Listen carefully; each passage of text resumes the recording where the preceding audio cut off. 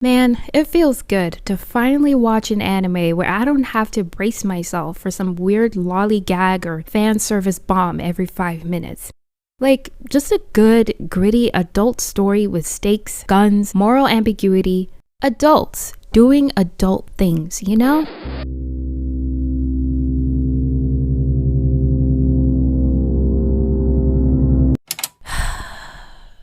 Why can't I have nice things? I've been good.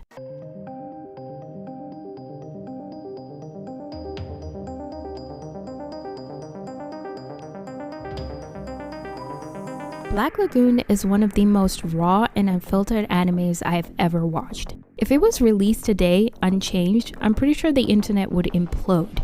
It would get dragged through several think pieces, 5 gajillion Twitter threads, and at least one change.org petition. It'd be labeled problematic before episode 3. And honestly, that might be part of why it's so good. Because this show doesn't try to be digestible. It doesn't hold your hand. It just throws you into the deep end of a world already on fire and says, figure it out.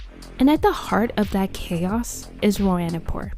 A city so toxic and magnetic, it stops being just a setting. It becomes a main character.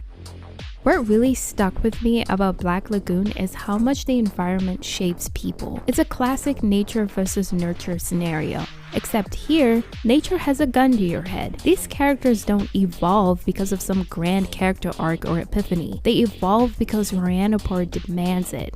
Take Rock, for example. Clean-cut businessman, morally conflicted, believes he can stay neutral. A nice guy in a bad world turned reluctant pirate. He starts off fence-sitting, believing that maybe he can help without getting dirty. Maybe he can stay morally intact. Roanapur laughs at that, loudly. You either leave or you adapt. You become part of it. And Rock doesn't just fall. He goes under, a quiet descent into darkness until the line between observer and participant is gone. Not heroically, not tragically, just realistically. Because sometimes the fall isn't sudden, it's a slow dip, and one day you wake up and realize the water is already over your head. And by the time he realizes it, he's already in too deep. Roanapur isn't just a place, it's alive. It breeds violence and corruption. It thrives on desperation. It's like if Gotham City and a smuggler's port had a love child and forgot to raise it. Take this scene, for example. Rock buys tropical fruit from a sweet old lady. Bright, tempting, seemingly innocent. He's nostalgic. He shares it with the crew, a tiny act of kindness. Dutch spits it out. Revi laughs at Rock for getting ripped off by a granny and calls it classic Roanapur. Rock just stares. No anger, just cold acceptance. This is minutes after he chooses to stay in Roanapur, by the way. Rock's welcome gift, marking the beginning of his descent. A slow drip of compromises until he's orchestrating bloodbaths with a smile. This isn't just food, it's Rock's last bite of normal. By the time Roberta returns or Yukio dies, he'd swallow that fruit without flinching. That's the slow magnetism of Roanapur. In any other anime, that would be a throwaway moment, but here, it's a metaphor. Even a basic act of kindness is snuffed out. What appears good or pleasant is essentially rotten inside. Nothing in Roanapur stays pure for long. The city takes your values, chews them up, and spits them back out covered in cigarette ash. And that's the point. It's not just character-driven storytelling, it's environment-driven character collapse. And it doesn't just break the lost, it comes for the ones who've been found too. Look at Roberta. She had peace, she had Garcia, she had stability. But one step back into Roanapur and that fragile redemption unravels. She doesn't just relapse into violence, she becomes something darker, consumed by revenge, driven by a bloodlust so intense even the city that birthed monsters has to say, yeah, she needs to leave. She isn't just exiled, she's left mangled, a shell of the unstoppable force she once was. Because Roanapur doesn't let you go in one piece. You escape in fragments or you stay and become part of the rot. At that point, the city doesn't just change you, it owns you.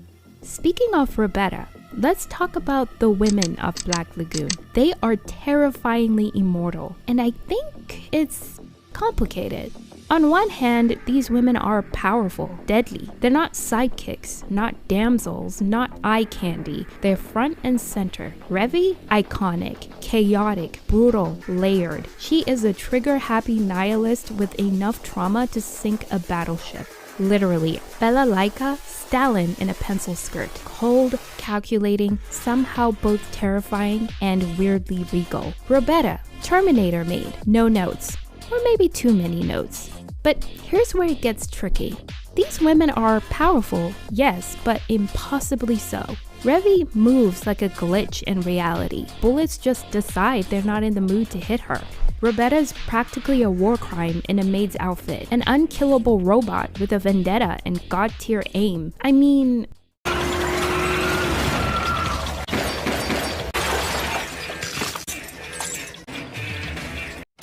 How did that not kill you? It makes you wonder, is this supposed to be empowering, or is it fantasy dipped in blood? There's a fine line between empowered and implausible, and their power borders on parody. Black Lagoon is messy, sometimes problematic, sometimes refreshing, but undeniably human. Or at least trying to be. And maybe that's the point. The women in Black Lagoon aren't role models. They're products of Roanapur. They're products of the same environment as everyone else, forced to be hard, cruel, and fast because softness gets you killed. They're warnings. Chaotic? Unrealistic? Yes, but undeniably human-shaped scars. So, is their presentation good or bad?